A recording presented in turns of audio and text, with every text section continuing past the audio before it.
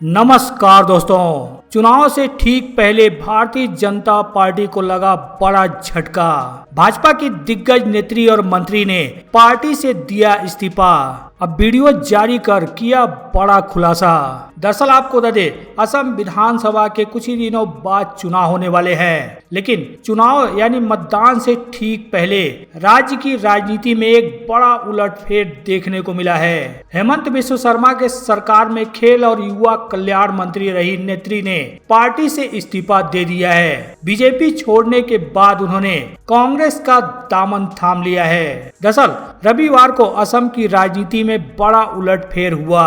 नंदिता गोरलोसा, जो बीजेपी सरकार में मंत्री थी, उन्होंने पद से इस्तीफा दे दिया। उन्होंने असम बीजेपी प्रदेश अध्यक्ष को अपना इस्तीफा पत्र सौंपा। इस्तीफा पत्र में लिखा कि मैं तत्काल प्रभाव से भारतीय जनता पार्टी की प्राथमिक सदस्यता से अपना औपचारिक इस्तीफा प्रस्तुत कर रही हूं। उपरोक्त बातों को ध्यान में रखते हुए मैं आपसे अनुरोध करती हूं कि मुझे तत्काल प्रभाव से मेरे पद से मुक्त कर दिया जाए। इस्तीफा देने के बाद नंदिता गोरलोसा ने कांग्रेस पार्टी का दामन थाम लिया।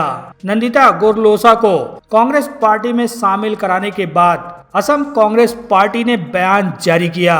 बयान जारी करते हुए कहा कि हमें यह घोषणा करते हुए खुशी हो रही है कि नंदिता गोरलोसा कांग्रेस में शामिल हो गई हैं। वह पिछले 5 वर्षों से दीमा हसाओ की आवाज रही और उन्होंने हमेशा अपने विश्वासों तथा सिद्धांतों के लिए दृढ़ता से खड़ी रही। कांग्रेस ने आरोप लगाया कि राज्य की खेल और युवा कल्याण मंत्री को भाजपा में इनकी कीमत चुकानी पड़ी, क्योंकि हेमंत बिस्वा शर्मा को केवल आदिवासियों की जमीनें बड़ी कंपनियों को बेचने में दिलचस्पी है। कांग्रेस पार्टी ने बीजेपी पर आरोप लगाया कि जो नेता आदिवासियों के हितों की रक्षा करना चाहते हैं, उन्हें भाजपा दरकिनार कर रही है। कांग्रेस ने दावा किया कि नंदिता गोरलोसा के कांग्रेस में शामिल होने से दीमा हसाओ जिले में चुनावी समीकरण पूरी तरह बदल गए हैं, जिससे हाफलोंग सीट पर अब मुकाबला बेहद कड़ा होने की उम्मीद है। बता दें, मीडिया खबरों के मुताबिक गोरलोसा ने यह कदम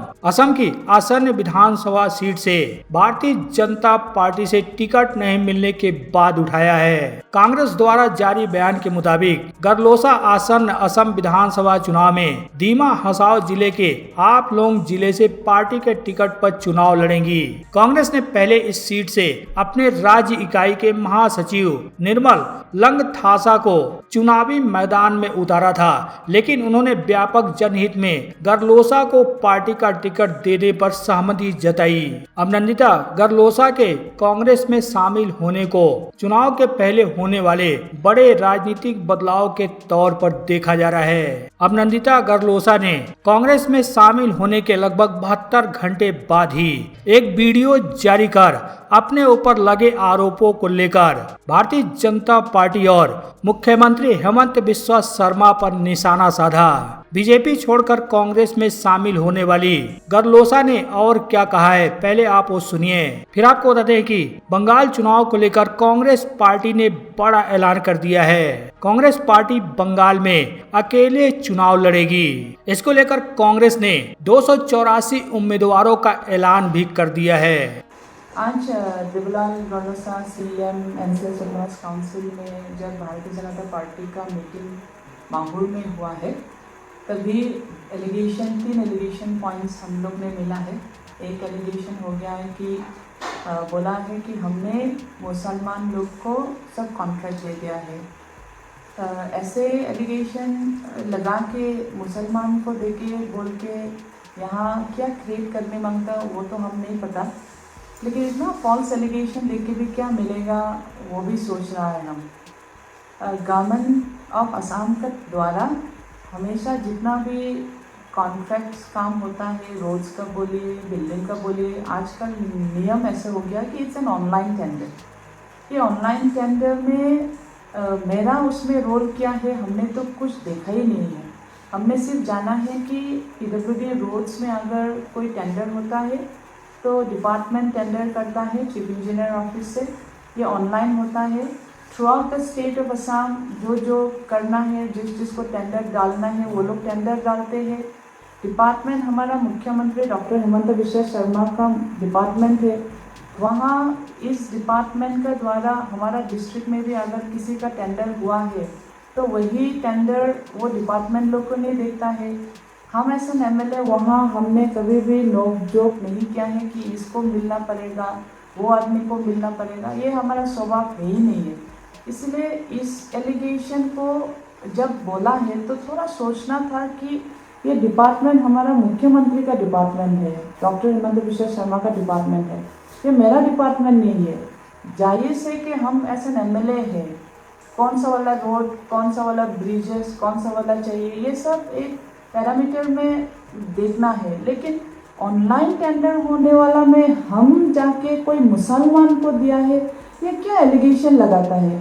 थोड़ा तो CM का अपना CM है, उसको मालूम होना है कि ये चीज़ नहीं होता है ये सब में। और ये गवर्नमेंट का काम को अगर बोलता है तो वो खुद BJP का CM है और वो एलिगेशन लगाता है तो डिपार्टमेंट किसका लगाता है, वो मुख्यमंत्री का डिपार्टमेंट का लगाता है। उसको सोच समझ के बोलना चाहिए कि ये सब मुसलमान को नाम को हमारा साथ में डिफेम करने टाइम में किस किस का वो अटैक कर रहा है, वो थोड़ा समझ के बात करना चाहिए। दूसरा बात हो गया है कि वो लोग बोला है कि इस स्कीम का जो कॉन्ट्रैक्ट है वो लोग सब काम नहीं करके अधूरा करके रख दिया है। आपका माहौर में जो टेंडर हुआ है वो वॉश आउट जो हो गया था, आप लोग ने तो कुछ बोला ही नहीं वो वॉश आउट वाला को। हमने जब मालूम किया है कि वो वॉश आउट करने वाला ये कॉन्ट्रैक्टर है जो अच्छा से काम नहीं किया है, not up to the expected mark, इसका बाद में मीटिंग करवा के उनको गाली देने के बाद में आप लोगों को रियलाइज़ हुआ है कि ये कोई कॉन्ट्रैक्टर है होके। इसलिए अननेसेसरी एलिगेशन मत लगाइए।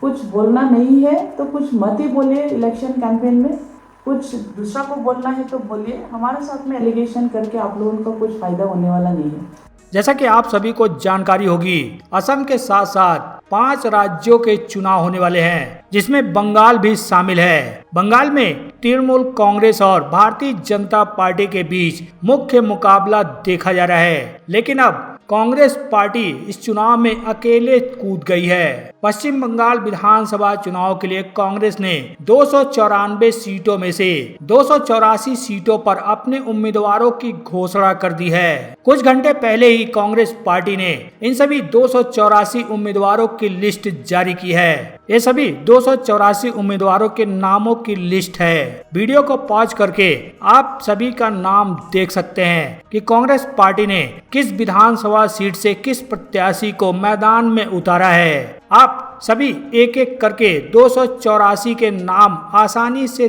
देख सकते हैं। कांग्रेस पार्टी मुर्शिदाबाद व मालदा जैसे अपने पारंपरिक गढ़ों पर खास फोकस कर रही है। कांग्रेस ने अपने वरिष्ठ नेता और पूर्व प्रदेश अध्यक्ष एवं पूर्व लोकसभा सांसद अधीर रंजन चौधरी को उनके पारंपरिक बहरामपुर विधानसभा सीट से उम्मीदवार बनाया है। कुल मिलाकर इस लिस्ट से यह तो साफ हो चुका है कि कांग्रेस पार्टी अकेले दम पर बंगाल की चुनावी अखाड़े में उतर रही है और पार्टी का ये उम्मीदवार चयन खास तौर पर मालदा और मुर्शिदाबाद जैसे क्षेत्रों में अपनी पकड़ मजबूत करने की रणनीति का हिस्सा भी माना जा रहा है, जहां कांग्रेस परंपरागत रूप से प्रभावशाली रही है। कांग्रेस की रणनीति इन क्षेत्रों में मजबूत चेहरे उतारकर चुनाव में बेहतर प्रदर्शन करना है। बहरहाल आपको बता दें, पश्चिम बंगाल में 2 चरणों में विधानसभा के चुनाव होंगे।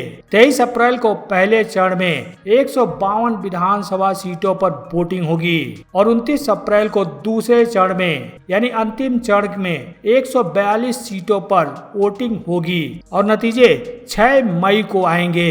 तब जाकर यह साफ हो पाएगा कि किस पार्टी को कितनी सीटें मिलती हैं, खासकर कांग्रेस पार्टी को कितनी सीटें मिल पाती हैं। यह देखना काफी दिलचस्प होगा। बहरहाल आपको क्या लगता है, आप अपनी राय कमेंट कर जरूर बताएं। साथ ही वीडियो को लाइक करना, शेयर करना तो बिल्कुल भी ना भूलें।